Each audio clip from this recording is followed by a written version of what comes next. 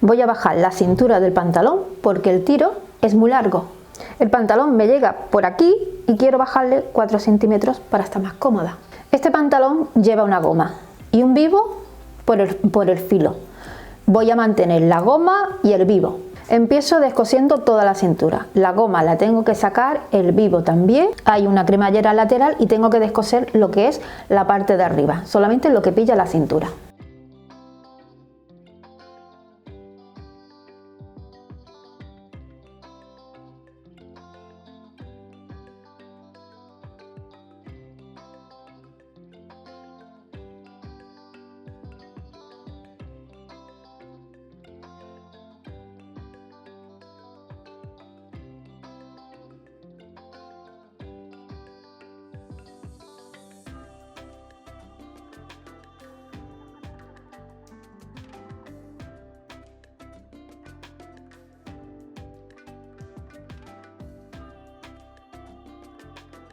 Marco y corto los 4 centímetros que quiero bajar la cintura.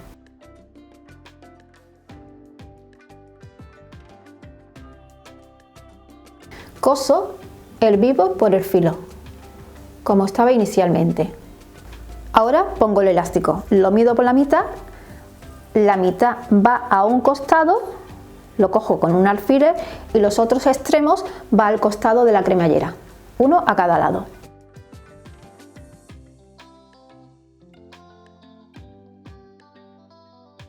Y en la máquina de coser, estirando la goma, le paso un pespunte por este filo.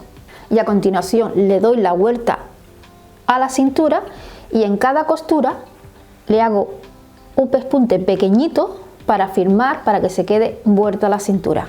Y por último, coso el lado de la cremallera, cortando lo que sobra.